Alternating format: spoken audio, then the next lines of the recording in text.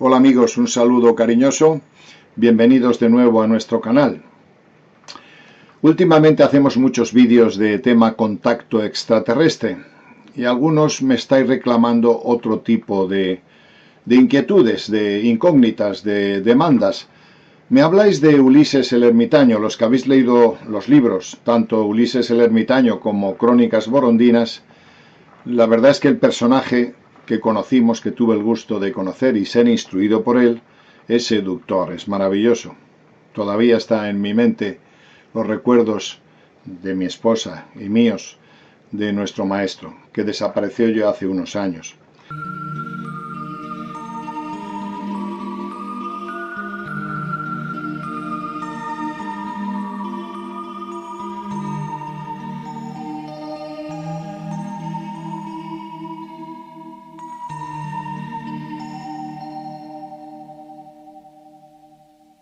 Me decís que cuente anécdotas. Puedo estar todo el día contando anécdotas. Cada hora puedo estar contando una anécdota, porque fue tan intensa la vivencia que tuvimos con aquel hombre maravilloso que no me resisto ahora a volver a contar historias que él jamás me hubiera permitido contarlas mientras él estuvo con nosotros. Ahora no sé dónde está. Desapareció de nuestras vidas, como bien aparece en el libro, y no sé dónde está. Quizá en otra dimensión.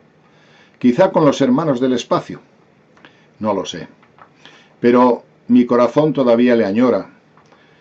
Y tenemos un vivo recuerdo de él, de sus historias, de sus anécdotas. Era el hombre más humilde que he conocido en mi vida y a la vez el que más y mejor podía hablar de autoridad moral y de aristocracia espiritual. Un personaje. Os recomiendo que leáis el libro, los dos libros. Voy a contaros más anécdotas, los que os ha seducido y os ha interesado el tema de Ulises. Bueno, vamos a comentar una historia primero antes de entrar. Ulises tuvo que tener algún contacto, nunca me lo dijo al 100%, pero me lo dio a entender. Tuvo que tener algún contacto con entidades superiores. De hecho, una vez que le hablé del tema de abducciones, él se movía como pez en el agua. Conocía toda la tecnología que empleaban y demás. Me hablaba de unas varillas que ponen los extraterrestres en distintas zonas del cuerpo, incluso en los ovarios femeninos, en los testículos masculinos. Es decir, hablaba con un conocimiento de causa extraordinario. Quizá en su día él fue abducido. Desde luego, para él el fenómeno del contacto extraterrestre era absolutamente familiar y se dejó escapar más de una vez que estaba en contacto directo con ellos y que probablemente habría tenido alguna intervención. Un día, por hablar de anécdotas, y así cambiamos un poco la dinámica de tanto contacto extraterrestre, un día vino a nuestra casa, era de noche ya, y habíamos cogido ya prácticamente el sueño. Ulises estaba en otra habitación y de repente escuché, o yo me desperté, sería la una y media de la madrugada.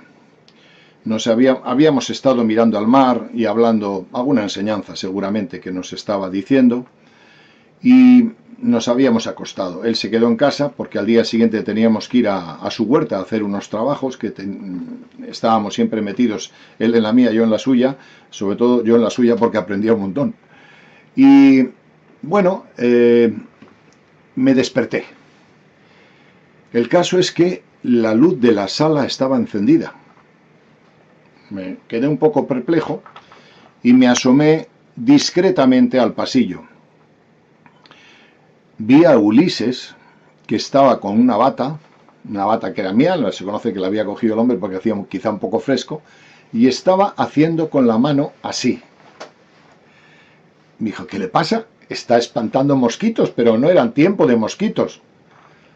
Y seguía así, y apartándose un poco. Me sorprendió. Ya me preocupé. Estuve un rato. Me acerqué a él y le dije, ¿qué te pasa? Y él me dijo, me miró así con cara extraña, y me dijo, esto parece una selva, este es el Parque Jurásico. Curiosamente, en aquel tiempo habían echado ya, no sé si la segunda o la tercera parte de la película El Parque Jurásico. Y enseguida vino a mi mente los Tiranosaurus Rex. que comían a las personas, que eran durísimos. Y él me dijo, esto parece un parque jurásico. Claro, yo entendí que estaba apartando algo. Me quedé así un poco perplejo. Y miró precisamente detrás en la sala, en la parte del armario, donde tenemos las lámparas, hay una incubadora de huevos. Siempre la tenemos, cada 6 meses la ponemos para renovar la producción de huevos. Y miró a la incubadora, y yo no sé qué miraba, no sé qué veía. El caso es que me dijo, qué pena que no se pueda apagar. Digo, no, si la apagamos nos quedamos sin, en cuanto baja la temperatura, digamos que nos quedamos sin polluelos. Y me preguntó, curiosamente, dice, ¿cuánto tiempo hace que la tienes puesta? Digo, 10 o 11 días. Normalmente los polluelos salen a los 21 o 22 días. Es muy delicado el tema de la incubadora, hay que tener condiciones de humedad, condiciones de temperatura, no es fácil, ¿eh? Bueno, pues el hombre miró, ya se quedó resignado. Su intención probablemente la primera era haber apagado la incubadora, pero entendió enseguida que si apagaba la incubadora nos quedábamos sin huevos. Y él también comía huevos. Éramos y somos vegetarianos, pero huevos sí que comemos. Se quedó ahí las cosas. Nada más. Al día siguiente volví, como siempre estaba con esos enigmas, porque era una persona tan absolutamente discreta, tenía un aura de beatitud y de aristocracia extraordinaria. No me decía nada. Se lo tenía que sacar yo con sacacorchos. Era tremendo. Y entonces, al día siguiente, hablé con mi esposa y nos sentamos a desayunar y le dije, bueno, Ulises, ¿qué demonios viste ayer? ¿Qué pasaba? Cuéntamelo, que ya sabes que no se lo voy a contar a nadie. Me miraba así como diciendo, tú, enseguida que te cuenta algo vas contándolo por ahí. La verdad es que ahora cuento todo lo que puedo, porque de sus actuaciones siempre aprendemos. Él había dicho que era un parque jurásico. ¿Por qué un parque jurásico? Él me había dicho que, en esa mañana me decía que estaba lleno de tiranosaurus o diplodocus con muy mala leche y que íbamos a tener unos días de malos sueños y que a lo mejor nos picaban las piernas. Pero bueno, ¿me quieres otra vez con el enigma? Al final el hombre, ya un poco compadecido de nosotros, nos dijo, dice, mira, cuando tú viniste ayer por la noche, de los huevos salían unos tiranosaurios con muy mala leche. Y entonces los tiranosaurios pican, muerden y están destrozando el sofá, lo otro, y no te dejan vivir. Digo, pero maestro, yo no tengo visión psíquica. Dice, pero yo sí, me dijo. Y está lleno de tiranosaurios. Digo, ¿qué demonios tienen que ver las gallinas con los tiranosaurios? Nos quedamos así inquietos. Al día siguiente ya fuimos a la huerta, hicimos los trabajos. Bueno, pasaron 2 o 3 días y mi esposa me vino con una foto y me dice, mira Juan, mira lo que pasa aquí. Y automáticamente me enseña la foto, que ahora vais a verla enseguida, cómo los tiranosaurios y algunos otros, los cocodrilos, etcétera, etcétera, evolucionaron degenerativamente hasta la gallina. O sea que la gallina viene de los tiranosaurios.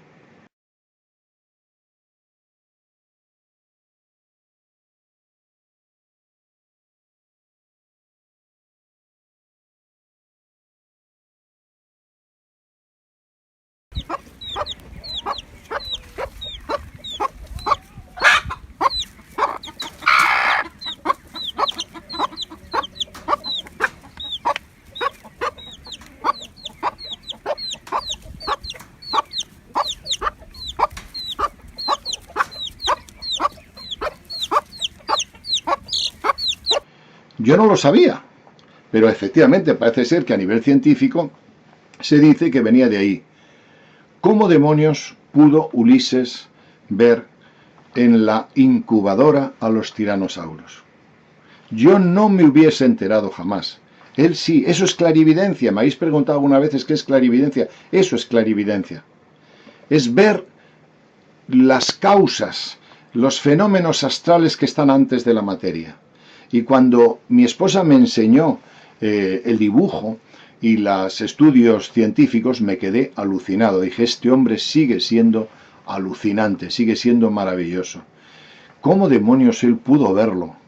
¿Cómo él vive en una realidad distinta? Por otra parte, por lo que yo he visto, estas facultades de visión psíquica yo creo que perjudican más que ayudan, porque Ulises veía las personas fallecidas que estaban en tu entorno, las causas de las enfermedades, los problemas que de una u otra manera te acompañaban, las entidades que estaban detrás tuyo, y eso es un tormento, no se vive libremente.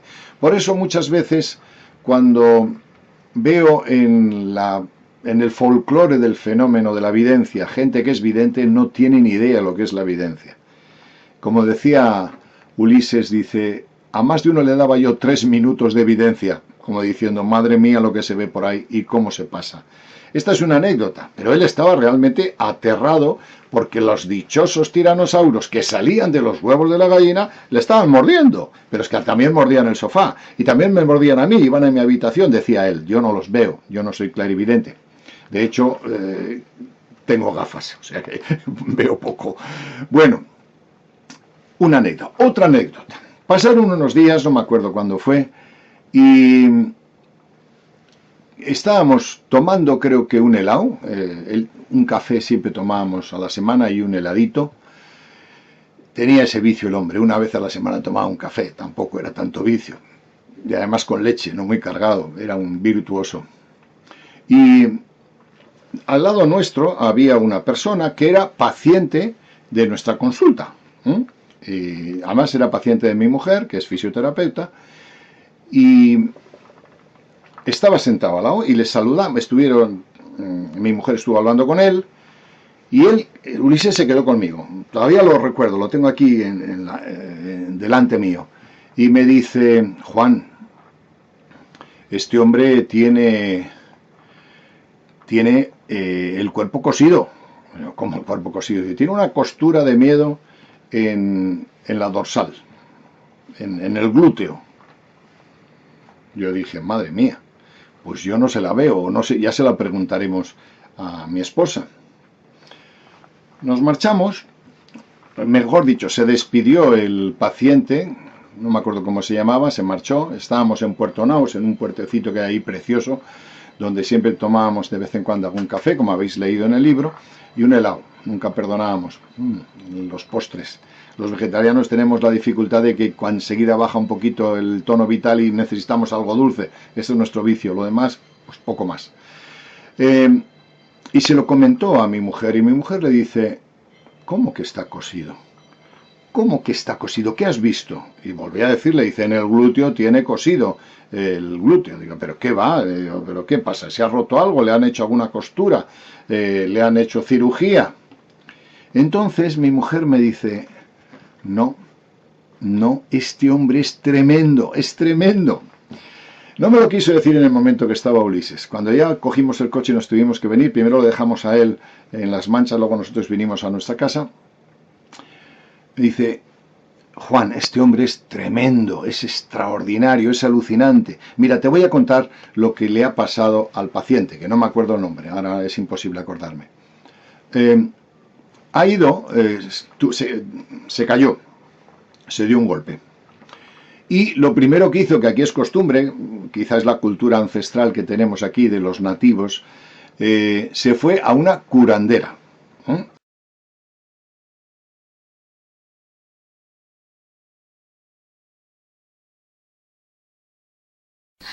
En todo el altar, en el nombre del Padre y el Hijo y el Espíritu Santo. En el nombre de la Virgen de Guadalupe, la Virgen de San Juan, en el nombre de... Aquí son muy famosas las curanderas, quitan el mal de culebra, que es el herpes zóster, quitan el mal de huesos, y se fue a una curandera. Y la curandera le hizo unos rezos, rezó, y fijaros lo que hacía la curandera. Cogía un trozo de tela y con los rezos iba cosiendo la tela. de tal manera que al coser la tela entendía que estaba cosiendo la herida que tenía el paciente en la caída, que había sido en la cadera. Total, que Ulises era imposible que supiese eso, porque no, es una anécdota que ni siquiera mi esposa se acordaba. Dice, fíjate tú que esa curandera le había estado rezando, cosiéndole, que es una costumbre que hay aquí, lo mismo que también algunos pasan, pues por ejemplo en Sudamérica suelen pasar una ramita de olivo o de nardo, otros cogen una espada y están golpeando a la parte externa de la persona. Bueno, efectivamente, aquí una costumbre que es los rezos para quitar el mal cosiendo, de tal manera que en el etéreo, no en Laura, el etéreo, se veía la actuación mental o psíquica que había hecho la curandera. Y Ulises lo detectó. Y dijimos, pero ¿cómo? Este hombre es tremendo. No se puede estar en el mundo viendo todo el día cosas por todos los sitios. Bueno, curiosamente nos dijo en su día, de sus enseñanzas, nos dijo que la salud sobre todo está en el etéreo, que es una capita blanca que tiene el individuo. Cuanto más fuerte y más joven es, el etéreo es más poderoso. Y el aura no es determina la salud, el aura determina el espíritu, el astral, el cuerpo astral. Lo que determina la salud es el etéreo. Él nos decía que efectivamente antes de que hubiese una enfermedad, normalmente el etéreo se debilitaba y tocaba ya la parte interna, y larvas astrales, larvas que son patógenos astrales, entraban en el etéreo. Si se rompía el etéreo y entraban, y las larvas eran muy dañinas, había una enfermedad severa. En este caso, este hombre no se había roto el etéreo. Entonces, normalmente ese tipo se había debilitado, pero cuando hay una rotura fuerte del etéreo, las larvas entran y puede ser gravísimo. A veces los curanderos lo que hacen es taponar eso con ese acto simbólico de coser.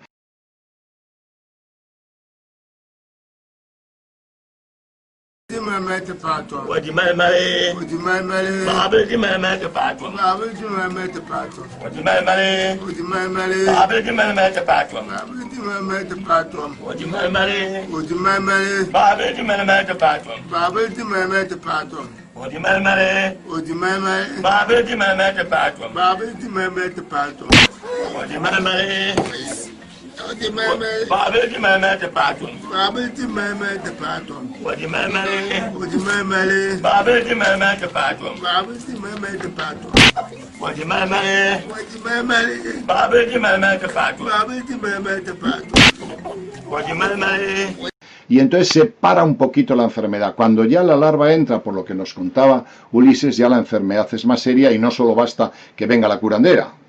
Hay que estar pues actuando con todo, por ejemplo en este caso pues con ultrasonido, con corrientes, con manipulación, con algún complemento, pues glucosamina o alguna cosa de estas para que se curase, como efectivamente después se curó.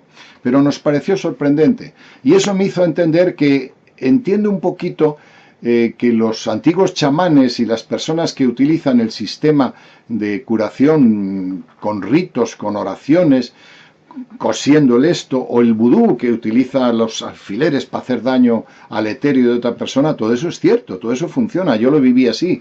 Son experiencias curiosas que conviene contarlas. ¿Por qué? Porque probablemente juzgamos rápidamente por lo que vemos con nuestros ojos materiales, pero hay personas que sufren, padecen la clarividencia. ¿Y por qué la padecen? Porque normalmente en el mundo, como estamos y como están las cosas, no hay muchas energías positivas para ver, más bien al contrario. Entonces ahora que yo reflexiono, ¿cómo habrá pasado la vida nuestro maestro Ulises? ¿Cuánto habrá sufrido este hombre cuando sabía cuándo uno iba a morir, la enfermedad que tenía, las entidades que uno portaba? ¿Cómo podía sufrir este hombre cuando una persona estaba hablando y estaba mintiendo y él lo sabía? ¿Cómo podía él mirar algunas veces cuando venía alguna persona, él no le miraba directo, miraba a un lado, al otro lado? Yo sé que estaba mirando a sus familiares muertos.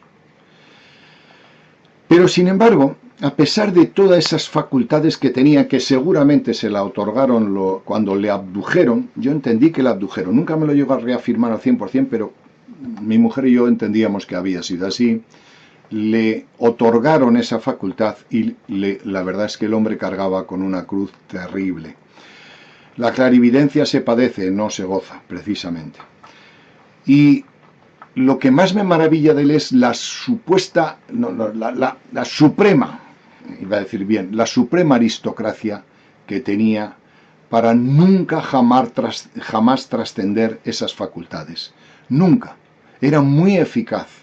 Era un hombre, como leéis en el libro, que se codeaba y se comunicaba con gente muy poderosa, pero en absoluto silencio, con una aristocracia, con una seriedad y una responsabilidad extraordinaria.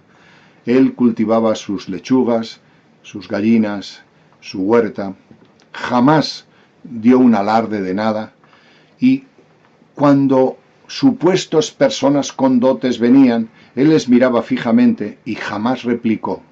Y os aseguro que veía no lo que veía el otro, que normalmente hay mucha publicidad en esto, pero pocos conscientes. Él se callaba. Él siempre me decía que había que ser eficaz y nunca vanagloriarse de nada. Teníamos que ser humildes. No sé si yo lo consigo, porque él me prohibió que hablara de estas cosas. Sin embargo, lo hago de una manera terapéutica. Creo que es bueno hacerlo porque hay mucha mentira en torno al mundo de la evidencia y estas cositas. En fin, me habéis dicho que solamente hablamos de ovnis. Pues no, hoy hemos hablado de otras cosas curiosas y extrañas. No sé si os gusta o no, pero esta es la pequeña experiencia que os quería trasladar. Si queréis bajar los libros, los podéis bajar tranquilamente. Están en la página. Os recomiendo que los leáis. Los dos, Ulises el Ermitaño y Crónicas Borondinas. Extraordinario la vivencia de este hombre, la sabiduría de este hombre. A mí me marcó y a mi esposa por toda la vida. Gracias por entrar en nuestro canal y ver nuestras cosas, ver nuestros vídeos, nuestras informaciones. Muchas gracias. Hasta otro día.